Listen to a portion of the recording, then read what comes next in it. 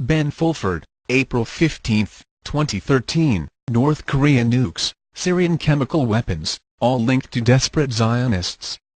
The systematic takedown of the criminal Sub-18 Satan-worshipping Zionist cabal that seized power in the West through control of the financial system is continuing despite their ongoing threats of mass murder.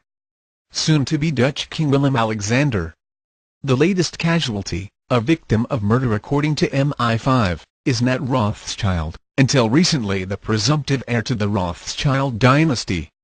This information has not been confirmed by other sources, but the most recent public appearance this writer could find of him on the internet was March 26. If he was killed, then he joins the former Pope, 26 the United States generals, Queen Beatrix of the Netherlands and countless others, in being removed from the apex of power in recent months. One possible hint that more cabal purges are in the works is the fact that Japan's Imperial Household Agency has still not said whether or not the Crown Prince will accept an invitation to the coronation of the new Dutch King Willem-Alexander on April 30, even though an answer was supposed to have been given by the end of March.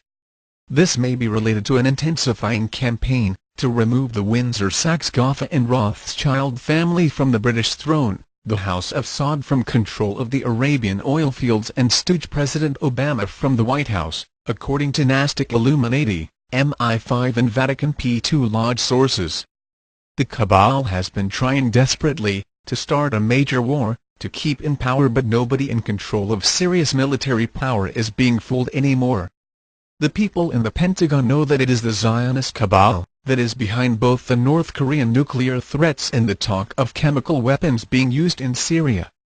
They are not going to be manipulated into Zionist wars anymore, Pentagon sources say.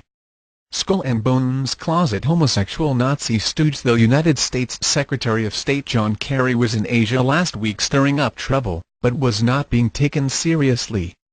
Kerry and his fellow Zionist agent Iranian President Mahmoud Ahmadinejad were both involved in the October surprise sabotage of the 1980 rescue mission of the United States hostages being held by the Iranian government, according to MI5.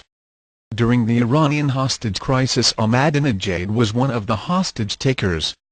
Ahmadinejad reported to CIA agent Tim Osman, aka Osama bin Laden, who in turn reported to George Bush Sr. during that operation, according to both CIA and MI5 sources. Kerry worked on the United States side of this operation, to ensure the hostages were not freed until after Bush and Reagan were elected. It appears that Kerry's visit to Asia was timed to coincide with a physiological warfare operation that was scheduled for April 13, but was aborted. Japanese TV stations had cancelled their regular TV programming for what was supposed to be a special announcement at 9 p.m. on the 13th.